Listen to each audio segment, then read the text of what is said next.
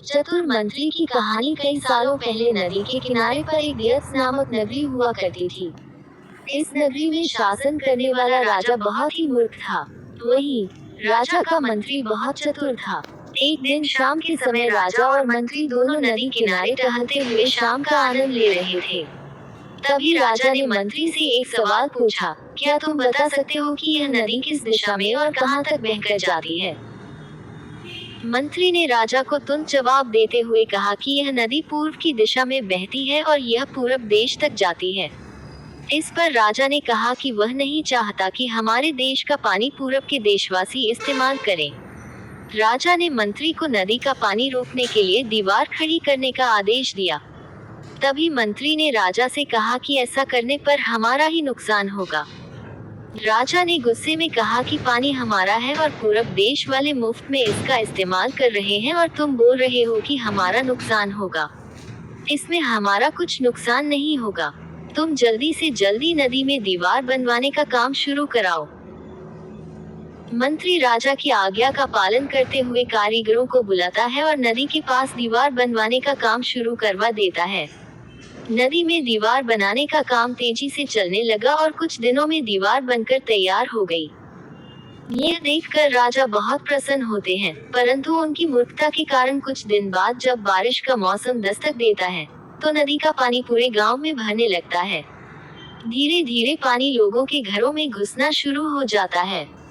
इससे परेशान होकर सारे नगरवासी एकत्रित होकर मंत्री के पास आते हैं। मंत्री उन्हें आश्वासन देता है कि वह इस समस्या का हल ढूंढ निकालेगा। लोगों की परेशानी सुनकर मंत्री समाधान निकालने के लिए एक योजना बनाता है। उन्होंने राजमहल में समय को बताने के लिए घंटा बजाने वाले शख्स को इसमें शामिल किया। वह समय के अनुसार घंटा बजाता था, जिससे लोगों को समय पता चलता था। मंत्री ने उसे कहा कि आज तुम प्रति घंटे की बजाय हर आधे घंटे में घंटा बजाना। उस आदमी ने मंत्री ने जैसा कहा वैसा ही किया। इससे जब सुबह के 3 बज रहे थे, तो उसने 6 बार घंटा बजाया। 6 घंटे सुनकर राजा और सभी नगरवासियों को लगा कि 6 बज गए हैं और सुबह हो गई है।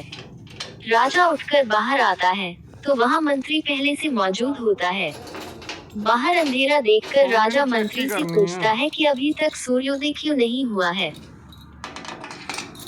राजा के सवाल का जवाब देते हुए मंत्री ने कहा, महाराज प्रातःकाल हो चुकी है, पर हमने पूर्व दिशा वालों के यहाँ पानी को जाने से रोक दिया है, तो शायद इसलिए उन्होंने हमारे यहाँ सूर्य की रोशनी को आने से रोक दिया है। इसलिए सूर्योदय तो हुआ है, पर हमारे देश तक रोशनी नहीं पहुँची है। ऐसा लग रहा है कि अब हमारे देश में सूरज की रोशनी कभी नहीं पहुँच पाएगी। यह सुनकर राजा चिंता में पड़ जाता है और मंत्री से पूछता है कि क्या इसका कोई उपाय नहीं है। तब मंत्री उत्तर देता है कि महाराज, अगर आप नदी का पानी छोड़ देते हैं, तो हो सकता है कि वो भी सूरज को छोड़ देंगे। इससे राज्य में फिर से रोशनी आ जाएगी। राजा मंत्री को तुरंत नदी की दीवार तुड़वाने का आदेश देता है। मंत्री कारीगरों को नदी पर ले जाकर उन्हें दीवार तोड़ने के लिए कहता है। कुछ घंटों में कारीगरों ने दीवार गिरा दी और तब तक सूरज के निकलने का समय भी हो गया था। सूर्योदय हो गया। सूर्य की लालिमा देखकर राजा बहुत खुश हुआ और मंत्री को इनाम देने की घोषणा की। राजा ने मंत्री की तारीफ करते हुए कहा कि तुम्हारे कारण हमारे राज्य में फिर से सूर्योदय हो पाया है और तुमने हमारे राज्य को अंधकार से बचाया है। इसके बाद मंत्री कहता है कि महाराज, यह तो राज्य के लिए प्रति मेरा फर्ज था। कहानी से सीख, कभी भी दूसरों का बुरा नहीं करना चाहिए और न ही उनकी तरक्की देखकर उनसे जलन की भावना रखनी चाहिए।